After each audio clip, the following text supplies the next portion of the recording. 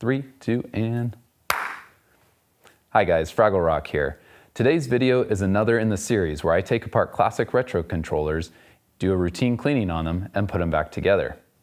Today's video is going to feature the Nintendo 64 controller. Now, with most of my controllers, they typically work and usually just suffer from cosmetic dirtiness and just need a general routine cleaning. So, just like in the other video, I'm going to take this apart, see if there's anything inside that needs cleaning, and then put it back together, and then give it a good clean on the outside to make sure that it stays looking its best for years to come. We'll also look at some of the buttons and the silicone pads underneath here to see if anything will need replacing. Now, these Nintendo 64 controllers are notorious for having a really wobbly joystick over time. This was a result of bad design where the plastic parts would just grind away and leaving the joystick super wobbly. So we're going to take a look at that joystick component and see if there's anything we can do to clean it up, fix it, or maybe even repair it.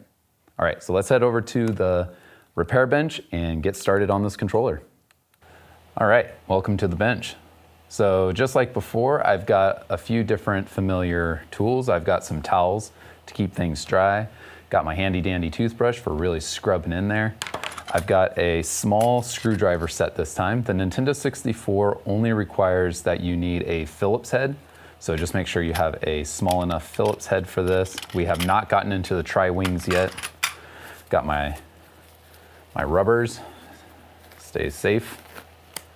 And then I've got my bucket of soapy water off to the right here. I also have, for this, the WD-40 electrical contact cleaner for cleaning the circuitry and stuff. And then I have my canned air just to blow out and help dry some of the components after I've taken them apart and given them their bath. I also have a sticker on here that I'm going to attempt to peel off. I might use a razor blade very carefully, or maybe a plastic kind of scraper, and then a combination of some things, so hopefully take off this sticker and make it all nice and clean. Although I do love my sticker, it is from an edition of Nintendo Power. It hasn't aged really well and it's getting kind of ratty looking, and if I'm going to just go over and clean this entire controller, I might as well get rid of that. All right, so first things first, we're going to unscrew the back here using a small Phillips head. Looks like I have something going on here. It's kind of gross. I don't know if that was from a previous sticker or some kind of like tape or whatever. I guess we'll see once I actually open this up. Again, these are not the tri-wing screws yet, so a regular Phillips head should get you into this controller.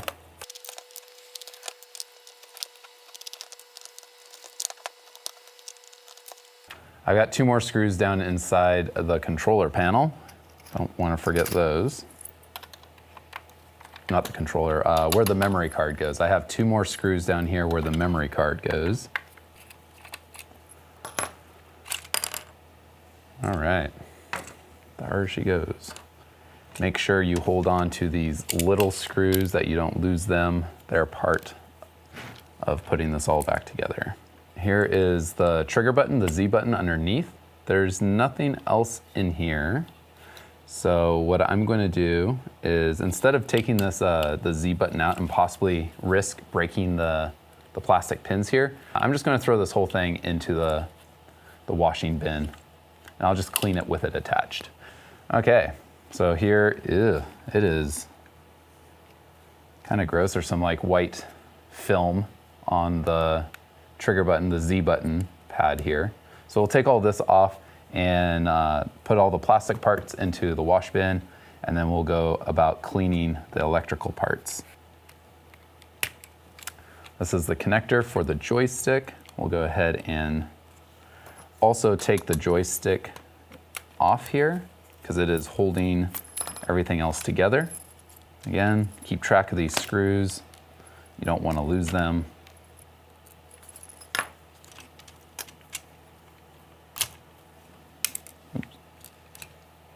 Here's the joystick unit. We'll take a look at this in a little bit. You can see it's very wobbly.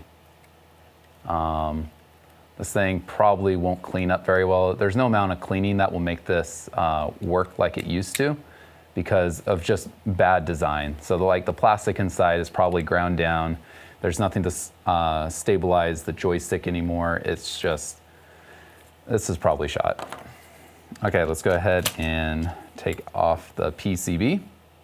PCB looks like it's in really good shape. There's not a lot of wear or dust or grime or anything on this. I'll still give it a quick rub down just to continue keeping it nice and clean. Buttons go into the wash along with the silicone pads. All the silicone pads look like they're in pretty good condition, no rips or tears. Take all the buttons out, put them in the bucket.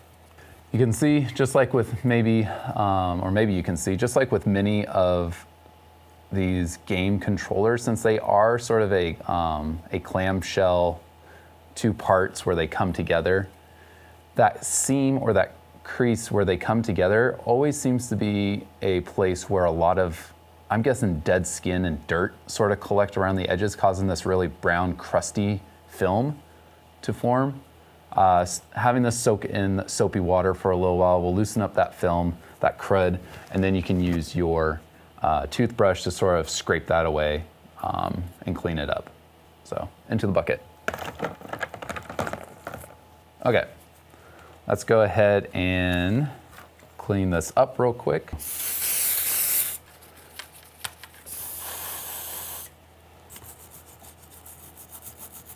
All right, that's looking pretty decent.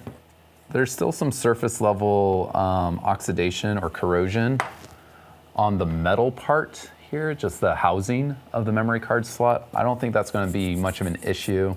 And it's not super visible either, because most of the time your controller is either upside down or has a memory card in it. So you're not really going to see that, that surface level corrosion on the housing.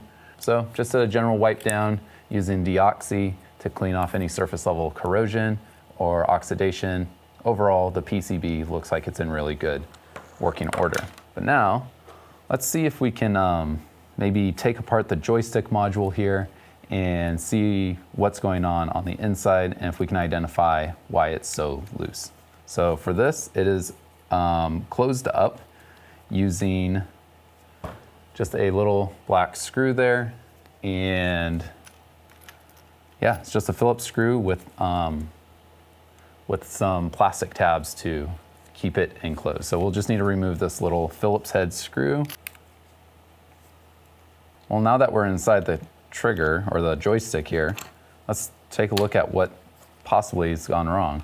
So right here is the bowl where the joystick moves around inside.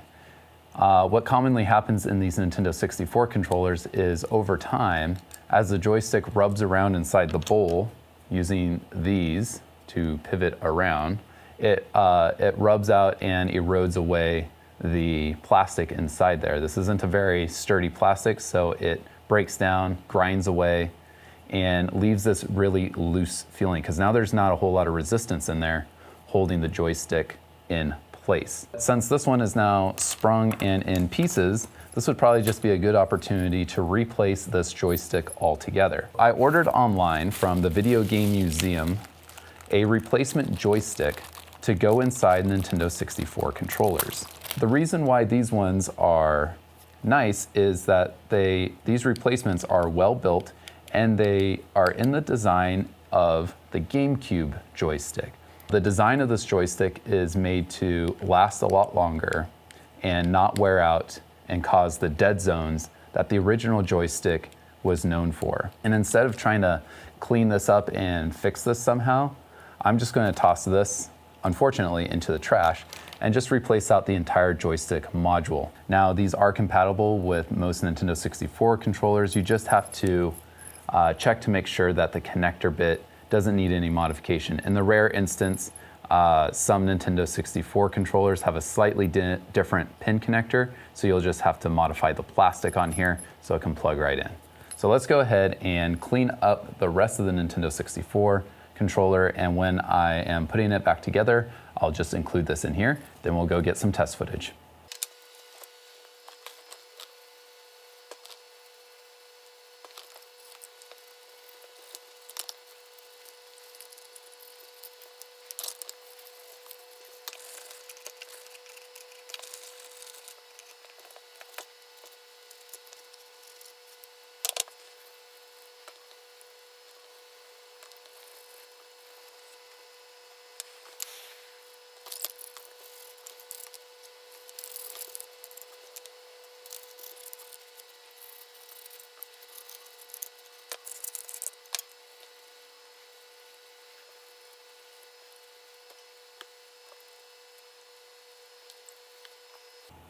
All right, that seems to be it for the pieces. All right, let's go ahead and dry them out with some of this canned air.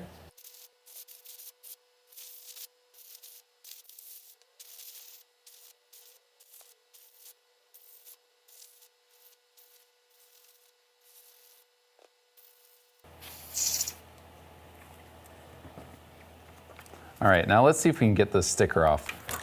As a plastic scraping tool, I'm just going to use one of these. I know these are not meant for scraping plastic, but since it is plastic on plastic, hopefully I won't damage the plastic underneath, and I can just remove the sticker.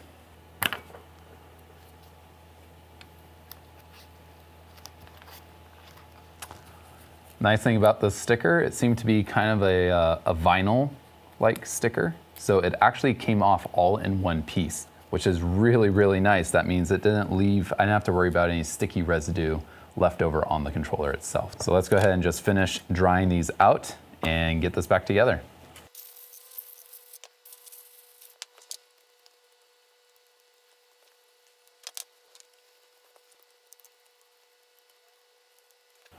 All right. Looking pretty good. Let's go ahead and put this back together and put this new joystick unit in.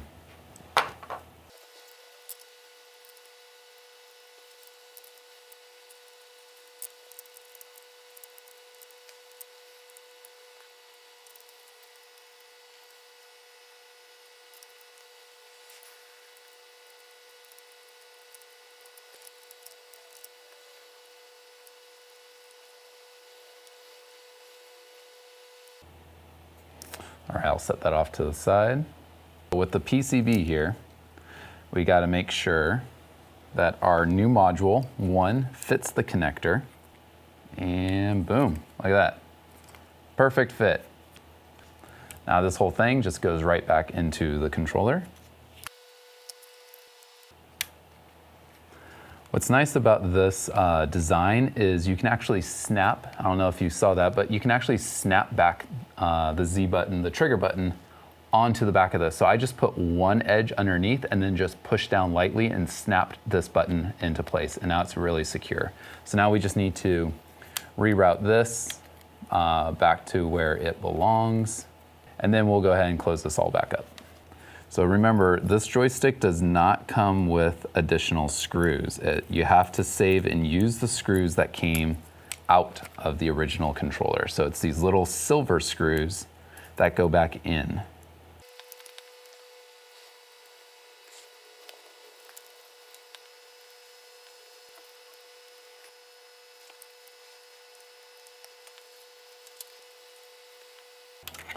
All right, so let's go ahead and take the top part here, or the bottom part, and get it back onto the controller.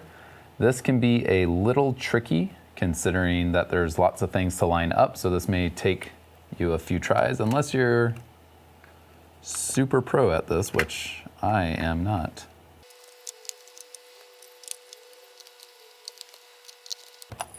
Super important that you remember to put the screws back in where the memory slot is. And two.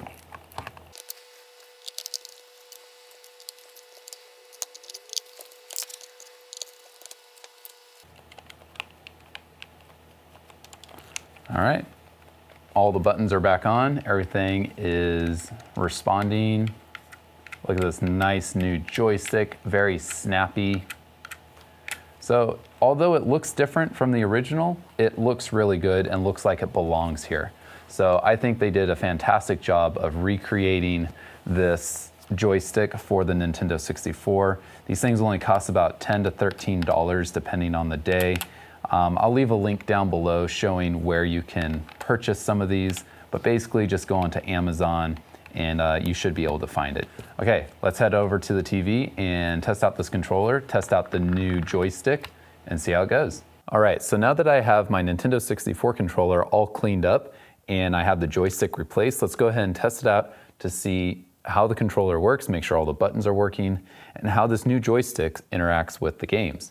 For my test system, I am using my original Nintendo 64 console with Mario 64 as the game. So let's go ahead and give it a shot. So let's go ahead and pick a game here.